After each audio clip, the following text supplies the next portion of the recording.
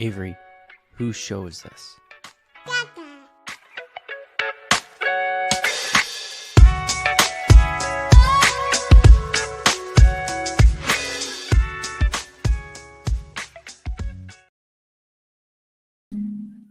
And we're live. Welcome, everybody, here to the Lakers Lounge Podcast. I'm Anthony Irwin, joined on this fine Thursday night, Thursday evening, whatever you want to call it, by nobody. Much like the actual Lakers, this episode is going to be shorthanded. Raj is going to the South Bay Lakers game tonight to cover Bronny, as I believe he will be playing in that one. As I'm sure you guys have noticed, I am recording while the Lakers are technically still in action, but we can all see where this one is going. The score as I'm recording right now is 119 to 99. My ESPN scorebug is a little ahead of time. Spoiler alert, the Lakers are about to make a three.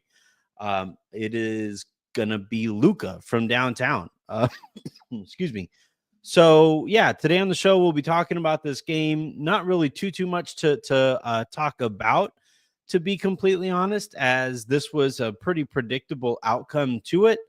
But we'll go ahead and talk about this game, some silver linings from it, and then look ahead to tomorrow night's game in Denver. A quick reminder, please hit that subscribe button if you guys are tuning in here on YouTube. If you guys are watching on Twitter, head on over to youtube.com/@LakersLounge to find the show there. And then hit that like button as well as the share button, but mostly the like button. The like button is definitely, consider that your free cover charge to get into the festivities here. Also, for those of you who are looking for more NBA content, specifically my NBA content, you can also look for the show Basketball Passport here, also on YouTube and everywhere that you get your podcasts. That is youtube.com/@basketballpassport, where Lee Ellis and I talk about basketball, not just in the NBA, but also from a global perspective. So check out the show there. We'll go ahead and get on to it. Again, I'm recording while this game is still going because I want to enjoy the rest of my night. And I know where this thing is heading. We might get it. Hey, maybe it gets exciting and we all get to watch that together. But as it stands right now, Giannis just missed a free throw. Austin he lost the ball. We got all right. Lakers get the ball back after kind of a erratic possession there. 120 to 102. And I guess this could be kind of a weird version of the pressure cooker that we used to do here in the lounge. But yeah, I just knew where this was heading, and we'll get to it. So first and foremost, we got to talk about Luka, and I would imagine he's going to be subbed out of the game here pretty soon because the Lakers play tomorrow night. Yeah, JJ Redick just called timeout. I would imagine with the Lakers down 20 with 4 minutes to go, that will probably about do it for Luka's night. He probably finishes in 36 minutes with 45 points, 14 of 27 from the field, 7 of 13 from three-point range, 11 rebounds to go with 3 assists, a couple of steals, did have 6 turnovers, and 10 of 12 from the free throw line. So he finally got to the free throw line and hit a decent amount of them. The nice thing about having Luka at this stage of his career, normally when we would talk about a game like this from LeBron, you'd be like, gosh, you can't waste these games from LeBron because of his age, right? And you don't know how often he can have games like that. But with Luka being 26 years old, you can probably predict that he'll have another, he has more games like these up his sleeve, not just for the rest of the season, but certainly for the rest of his career. So it was good to see him, kind of attack a little bit more. He really went at some of the blitzes that the Bucks sent him. a lot of times what teams will basically do, especially against a short-handed team, is they'll just say, like, they'll just blitz Luka like crazy, and then hope that he makes the pass to the short roller, and thus kind of take him out of it and force a shorthanded supporting cast to beat them. In this one, Luka did not really allow that too much, and really attacked those blitzes. Tried to turn the corner as often as he could, and then hit a ton of those step back 3-pointers that there just is no defense for, other than hoping that they don't go in.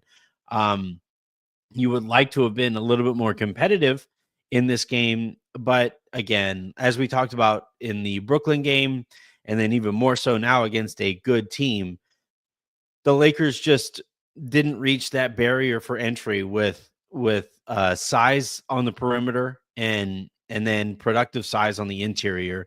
You look at the bigs that did play for the Lakers tonight. Jemison has yet to come into the game, but Christian Koloko, he plays 11 minutes, 1 of 3 from the field.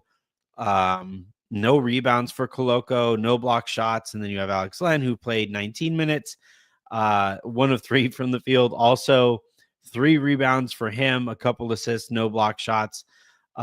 Christian Koloko and Alex Len. So Len was a -15. Koloko was a -1. It is pretty clear that he's a better player there. I don't know, especially as the Lakers get closer to the conversion dates for either Jemison or Koloko and Jordan Goodwin. I don't know how much longer Alex Len is going to be on the roster. It basically comes down to either him or Markieff Morris as the final cuts to the roster. And Keefe is way too liked among, especially the important players at the top of the rotation and the top of the roster, that I don't think he'll be getting cut. So I think Cam Reddish will eventually be cut. He got another DNPC tonight, did Reddish, and then I think eventually Len will get cut to make room for either Jemison or Koloko. That choice is going to be really interesting. I would imagine they go with they opt to keep Jemison because he offers physicality. But Koloko also, just in case Hayes's injuries, now plural, kind of hang around a little bit, Koloko does provide a lot of that lob threat, rim protection type stuff that Jemison just isn't going to give you. So that'll be an interesting, I think Goodwin is definitely going to be converted. And then beyond that, the choice between Koloko and Jemison is going to be tough because the Lakers are hard capped below the second apron. But yeah, Luka tonight was special, and it is a bummer to lose a special Luka game by such a wide margin. I don't know why Giannis is still in the game. That's weird. But yeah, it just is what it is. He did everything that he could to keep the Lakers in it. They just don't have the talent right now. They just aren't going to be competitive in this game, and probably not tomorrow night. And then you got to try to win the back-to-back against San Antonio and Phoenix, and then maybe steal one here between Milwaukee and Denver the next time you see the two of them back-to-back. I will say this about this game before I move on to the other silver linings here. The Lakers shot 15 of 38 from three-point range, which is 39%. The thing about Milwaukee is they give up the most open three-pointers in the NBA. So, like, Gabe Vincent missed, I think Gabe went 0 of 5 from three-point range. I don't know if he was guarded on any of his three-point attempts. Dorian Finney-Smith, 1 of 5 from three-point range. He airballed a wide-open three-pointer, which has been pretty consistent with his shooting recently. And then outside of that, you had like Austin Reaves, I think, missed his first 7 and then made 4 in a row. A lot of Austins were open in this one. Luka shot most of his threes off of the dribble, so that's going to kind of change how close the Bucks are, because they're going to be close to his dribble. But you look at the other players who are shooting these 3-pointers. Jared Vanderbilt 0 of 1. Koloko shot one at the end of a shot clock. And then Markieff Morris gets in there and shoots one. Dalton Connect only shot 3 3-pointers tonight. That's not enough for him, especially against the defense, again, that gives up 3-pointers. That's going to be something to watch when the Lakers play the second game against Milwaukee in a matter of days, because that's going to be something that I think the Lakers are going to look to take advantage of. Role players shoot better at home. And if Milwaukee gives you as many open looks as they gave the Lakers tonight, and those role players shoot better at home, and I would imagine the Lakers will hopefully get one of their guys back by that time. That game, the next time the Lakers play the Bucks, I would say it'll be a lot more competitive than this one. The other silver lining I saw in this one, or that I'll offer up in this one, was Austin's play.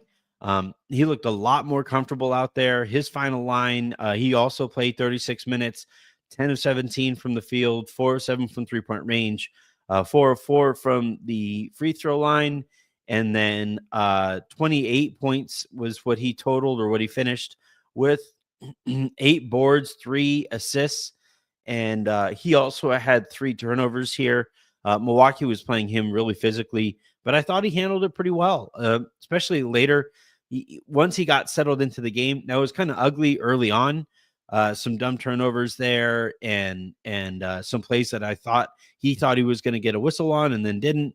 But once he kind of figured out like the way that the game was being played and the way that it was being called, and finally settled into it, we finally saw Austin Reaves. It's just tough when you have Austin and Luka combined for 73 points and you finish likely with 100 and change, right? So the rest of your team scores 30 or so beyond that. It's you needed more production. Dorian needed to do more. Gabe needed to do more.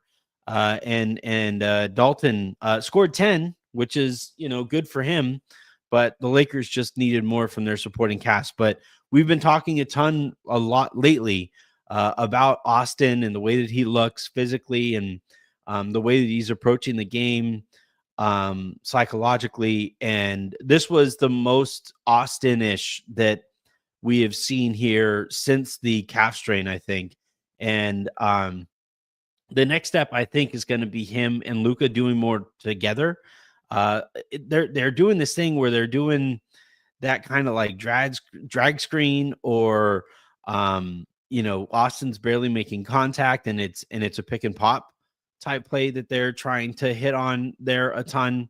And the point of those pick and rolls seem to be attacking, trying to get a mismatch and then attacking that mismatch. I would actually like to see a lot more traditional two-man game between Austin and Luka, especially if teams are going to blitz Luka as much as they are.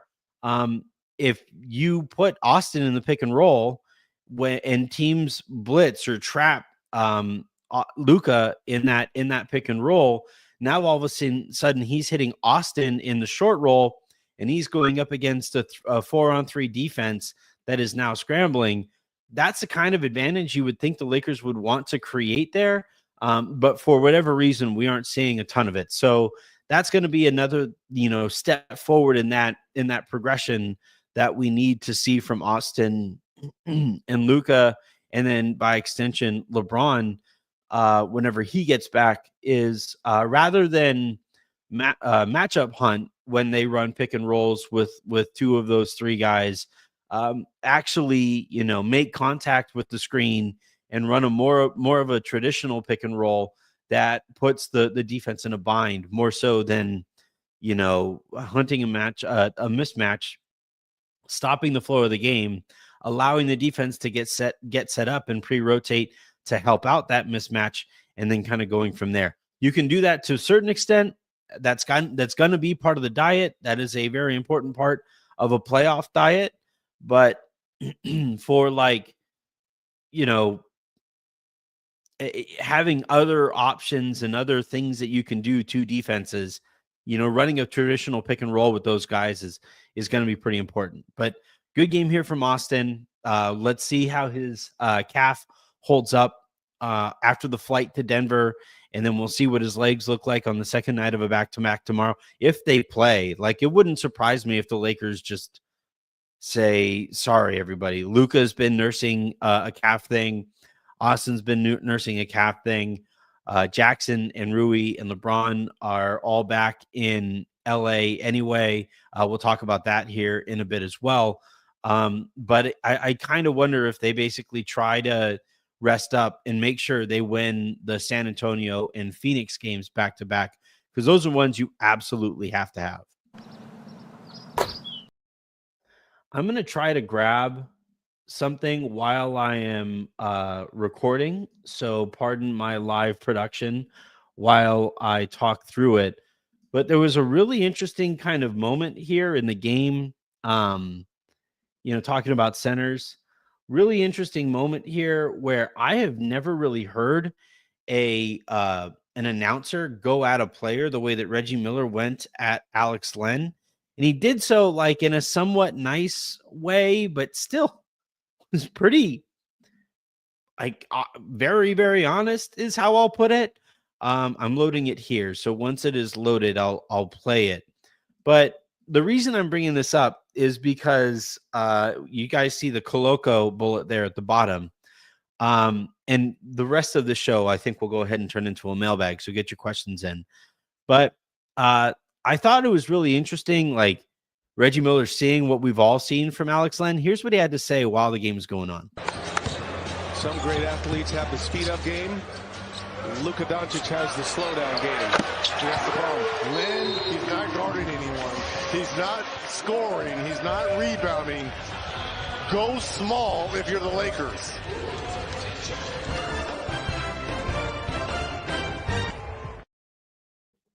That was crazy. That was absolutely nuts. Again, like you have to grade these things against what like announcers typically say in a game, but I don't think I've ever heard an announcer go at a player the way that Reggie did there. And the reason I bring it up is for whatever reason, and I've talked about this a little bit recently, but for whatever reason, JJ just doesn't really trust Coloco. Now, the options aren't great, right? It's like looking in your fridge and you're like, man, when did I buy that pizza? When did I make that spaghetti? Should I just eat lunch meat for dinner? Like when we're all like bachelors, right? You're looking at in the refrigerator, you're like, man, you smell the pizza. You're like, am I sure? And so like that, the pizza in this case is like Jemison, and the lunch meat is Coloco, and the week and a half old spaghetti is Len.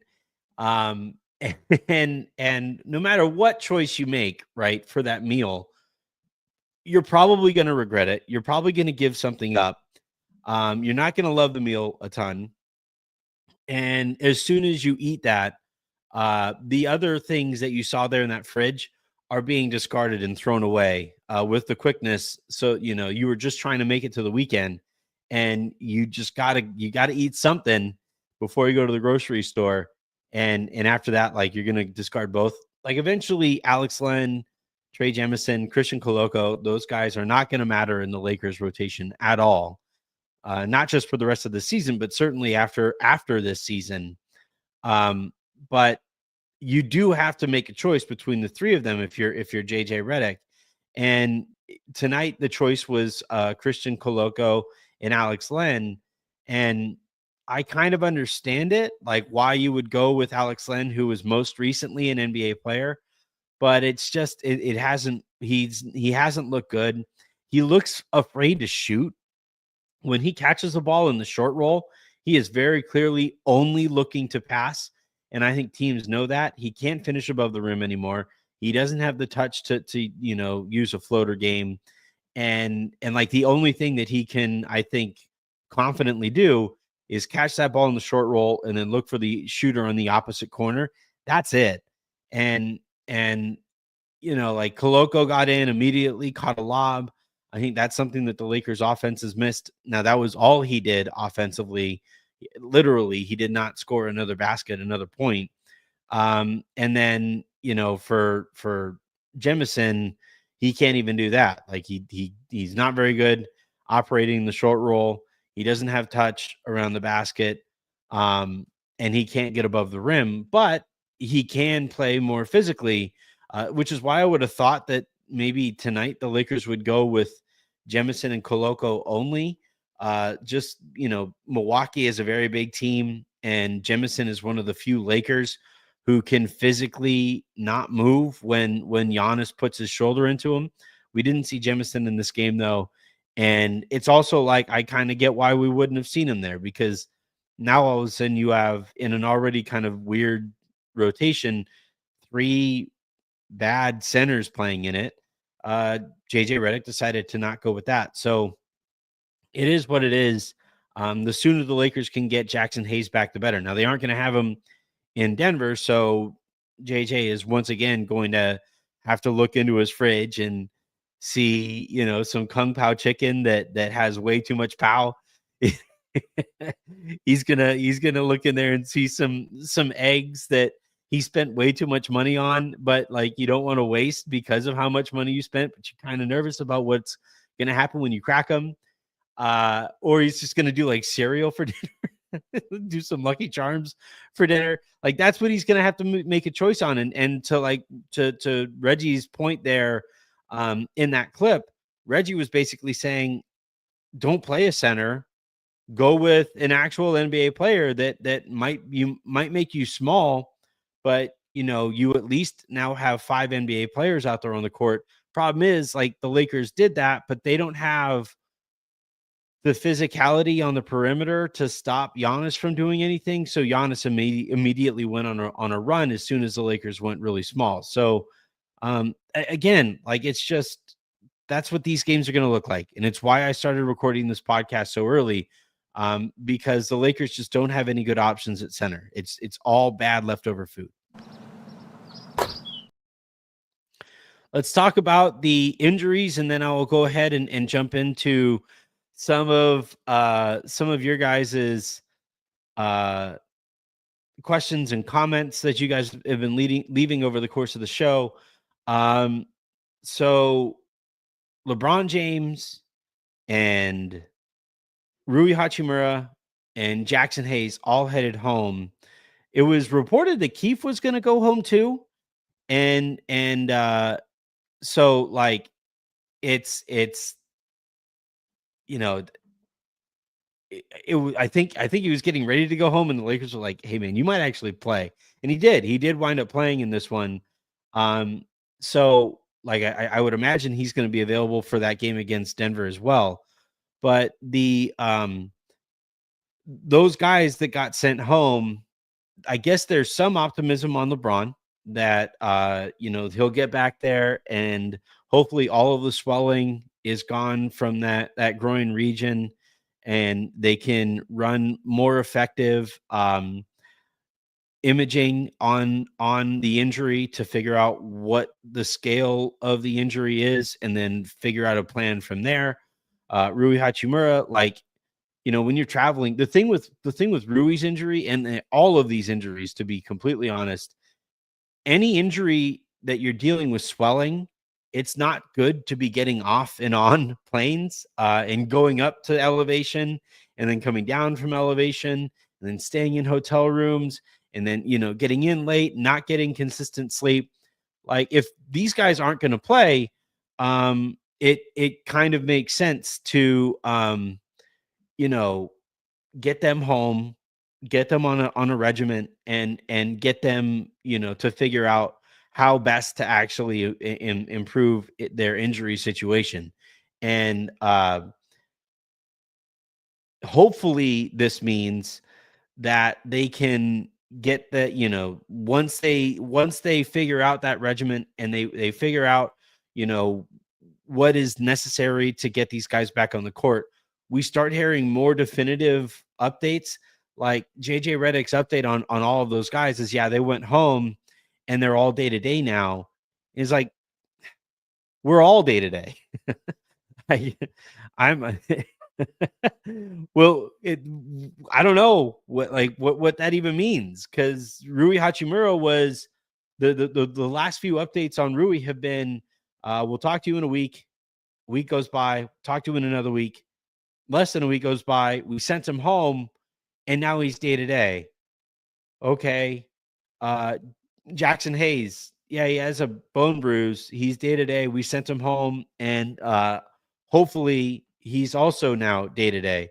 And like he has these, but like the Lakers and Lakers fans are so scarred by these bone bruises, by these contusions, that you know, you get really nervous about what this what the actual prognosis might be. And then with LeBron, he is always very secretive about his availability and his injury situation. So it's a matter of just waiting to see whenever we can get some kind of an update. But hopefully now that they're back and the focus is solely on getting them back, even though not to say that it hasn't been on that to this point, but now that they are home and they don't have to travel and they can just focus on rehabbing, hopefully soon here we'll get some kind of clarity, if not start to see some of these guys get back. All right, let's go ahead and dive on into some of your questions here to round out this episode. But first, it was funny to watch this game because this was being played on TNT, and I always watch my the TNT games here at the house. I always watch him on Max. Much better picture. Like it's just night and day in terms of picture quality. But what that does mean, however, is that like the only commercials that you basically get are from HBO properties. And right now they are really trying to peddle this Boston Celtics documentary. And it's like, no, man, know your audience. I don't need to see this. I just walked out of the room every time that thing came on. I had no interest in it whatsoever. But all right, let's go ahead and go on up to Jazz Singh's first comment. I don't care because Luka gave up a second to get rid of Luka. Yeah, like it is a lot. Like if the Lakers had been in this kind of situation before, and they were this thin, I would be in nowhere near the same kind of mood that I'm in right now, because I would be so sick of the status quo that the front office was kind of putting us through. And again, Jeannie Buss kind of sort of admitted that they were going to ride out the LeBron and AD era and then just see what waited for them on the other side of it.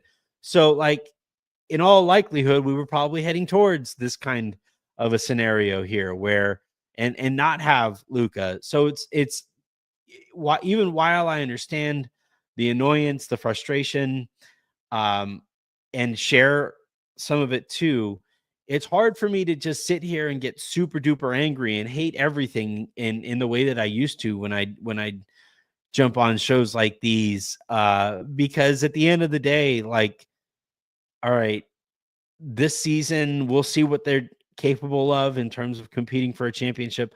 If they get healthy, I still think they are just as dangerous as anybody in the league.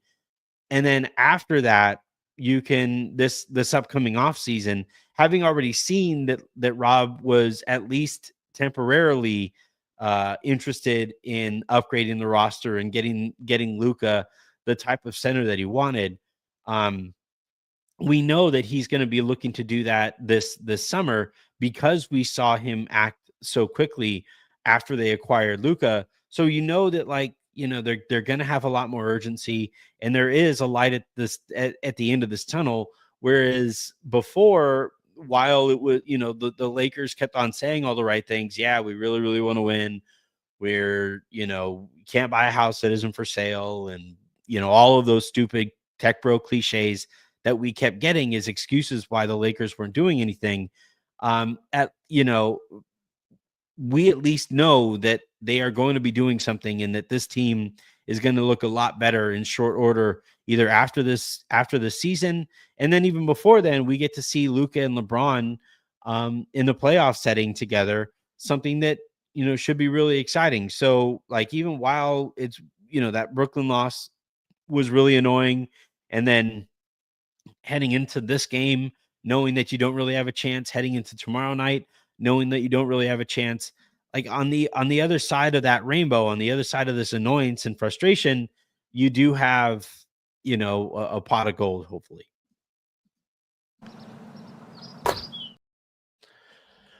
All right, let's see what other comments we've gotten over the course of the show here. Let's go. AJ Norbell, Anthony, we are a super thin team. That's the truth. Unless LBJ and Luka are playing superstar ball, we just don't have enough. I have lots of concerns for the playoffs.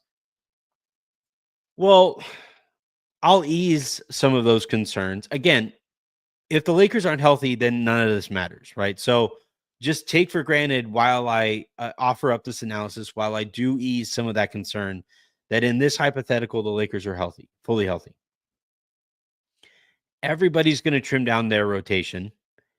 Everybody relies a lot more on the Lakers on their stars. And in this case, the Lakers stars, Luka and LeBron, have two of the most like bulletproof playoff resumes of anybody available across all of the playoffs. So, yeah, it is a thin rotation. It is a thin roster. It's a team that didn't think we're going to be competing for a championship this year or for the next few years. Rob and Jeannie were running out the clock. So they were not, focused on making the team as good as they possibly could. And the end result of that is like, yeah, you do have the assets and some change left over to, after you acquire Luka, but it does also mean that you're starting Jaxson Hayes in playoff games. It does also mean that in the run up to the playoffs, while you're fighting for seeding, you're starting Alex Len. So I share some of those concerns. If the Lakers were to somehow win a championship, Jaxson Hayes would be far and away the worst starting center in the history of NBA champions. But also, you have Luka and LeBron. You have Luka and LeBron, and you have Austin, who also in the playoff moments that he's had so far has lived up to what they needed from him too, and then some. So it's not a perfect team. You're going to need some luck in terms of running into the right matchups. And then you're probably going to need some luck even if you get those matchups. Get some good shooting from Gabe Vincent, because we saw the impact that him not being able to make threes had on this game here tonight. You're going to need Dorian Finney-Smith to shoot better than he has of late. You're going to need Rui to look like he did 2 playoffs ago, not like last year. So it is a thin roster. It is not anywhere near a perfect team, but I also think that we're moving further and further and further from the era where it was possible to put together a perfect team. And everybody is going to be looking for the right matchups from here on out, basically. Let's go with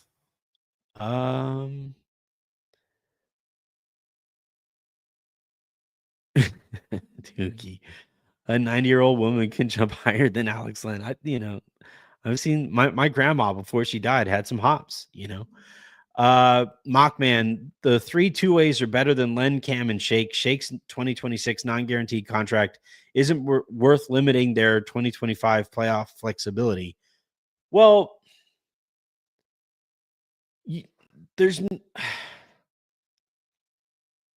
I think I disagree with that last point, Mockman, because you aren't going to play both Jemison and Koloko, right? At some point, JJ is going to have to make a choice between those two guys in terms of the, whoever gets the minutes there. And then eventually, chances are neither of those guys are going to get minutes in the postseason. So does your playoff flexibility really matter in that kind of a situation? I would say you pick which one is the player that you're more comfortable with, or who is the best player. I think it's Koloko. I think JJ probably thinks it's Jemison. And then from there, you go into the postseason and you trim down your rotation to well below where those guys reside in the rotation anyway. So I don't think keeping Shake at the expense of one of Koloko or Jemison is really as simple as it's being painted here. I do think that the flexibility next or this upcoming offseason with Shake's non-guarantee so long as you use it, by the way. Like if the Lakers keep Shake and discard one of Koloko or Jemison, and then also just flatly don't guarantee Shake's contract for next summer, then okay, you get the opportunity to be like, what the bleep? And look, they've done that, right? They've let assets expire over the years. But if they utilize Shake's contract and that non-guarantee does wind up being productive this summer, then whatever brief moments that you would have gotten with either of those guys, let alone both in the postseason, is more than well worth that trade-off.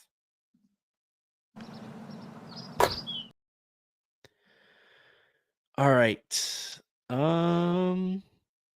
Yeah, I think that is going to just about, I'm trying to see. Yeah, I think that'll do it. Oh, Victor A, do I trust this front office? Ooh, man, that is a loaded question. How much time do you have? Do I trust this front office? This is where Raj and I would get into a shouting match, because I don't, like, long story short, I don't trust this front office. I don't trust this organization. I think they have gotten really, really lucky. But the point that Raj would make, and the point that I'm sure some of my other guests would make, is if somebody gets lucky often enough, at what point does that no longer become luck? Right? At what point do we start taking a closer look at that luck and just start considering it success? Because the Lakers did win the coin flip to get Magic Johnson. They did acquire the pick for James Worthy from Ted Stepien in a way that eventually led to the entire league making a rule so that Stepien can't give away picks the way that he did. The Lakers did trade Vlade Divac for Kobe Bryant. They did sign Shaquille O'Neal in free agency. They did sign LeBron James in free agency. They did trade their young core for Anthony Davis with the help of LeBron James, who they got in free agency. And then now all of a sudden, because of Rob Pelinka's relationship with Nico Harrison, now their next decade is solidified because they were able to luckily land Luka Doncic. So in some regards, if you're just sipping the Kool-Aid, you're like, that's no longer luck. That's a track record. It's hard for me to have paid as close attention as I have over the decade or so that I've been covering this team and see at what level some of these other organizations are operating, and then look at the Lakers front office and see a couple of Ramby and Tim Harris and Jeannie Buss and Rob Pelinka, and no assistant general manager, no pro scouting department, no shooting coach, like a bare bones analytics department, a bare bones video team that operates out of a closet. Like, here's what I would love to see, Victor. I would love it if the Lakers were to somehow, because I don't think if they operated a little bit more like some of those higher level organizations in the NBA, I don't think that would mess with their luck, right? So I wish that the Lakers were to combine that luck or success, however you want to frame it, with a higher level, a higher standard of operational efficiency or effectiveness. If you were to take that luck and that track record of bringing in players of their era, basically throughout every era, if you were to combine that with better abilities on the margins so that you don't arrive at the postseason praying that Jackson Hayes's knee bruise is okay, Now all of a sudden you're talking about the strongest organization in the sport. And that's where we've arrived with the Dodgers, right? They got Shohei Ohtani, they got Mookie Betts. They have this track record, at least under this new ownership, of going out and getting these stars. And then on top of it, they operate at a level to where they can maximize their windows with those stars by supplementing them with stellar supporting casts. And that's, I guess, what I would, if I started seeing more of that from the Lakers, I'd trust them a hell of a lot more. But it is also like I do have to eat a little bit of crow and say, like, shit, like the way that the Lakers operate, whatever they're doing, it does work in the regard that they went out and they were able to trade for Luka. And not only did they trade for Luka, but they traded for him at so far below market value that the Dallas Mavericks ownership and front office can't stop talking about the terrible trade that they made. So, yeah, I think overall, I think they do some things great. I think they do some other things not as well as I would like. And if they were to pick up that stuff over there and also maintain how good they are with this other stuff over here, then I would have no complaints. And I don't even know what I would do with the show.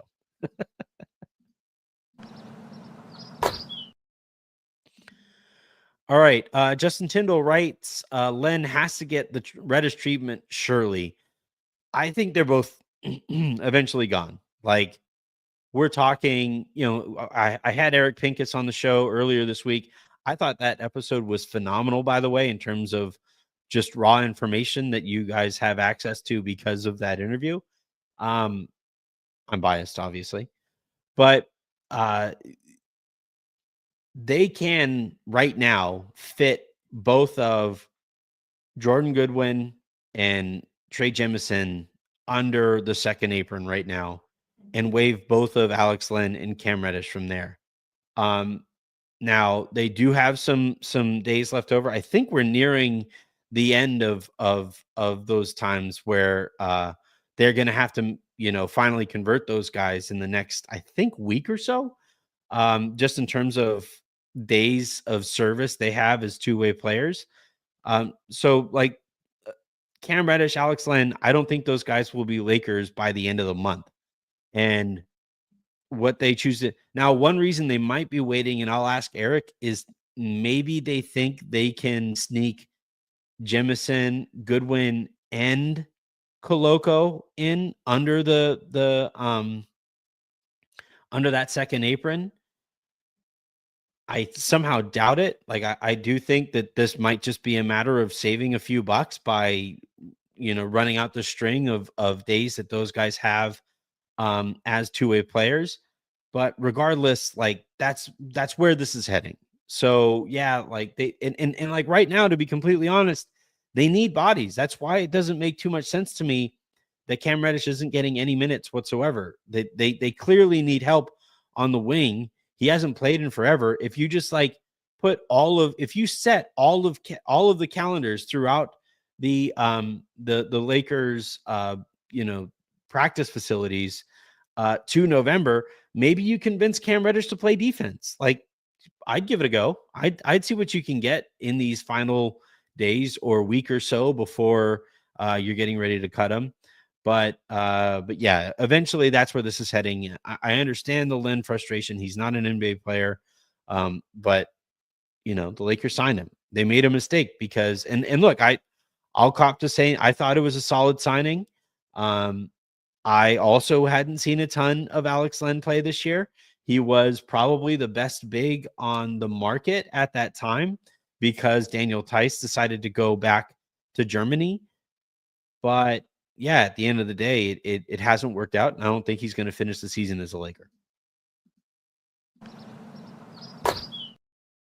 All right, that is going to do it here for this episode of the Lakers Lowdown podcast and this week's episodes of the Lakers Lowdown podcast or Lakers Lounge podcast. I will record a lowdown for tonight as well, and then split this up as I always do for the pod or for the RSS feed. So check out all of that stuff And then hit that subscribe button wherever it is that you get podcasts, preferably on Odyssey, because I'm a company man.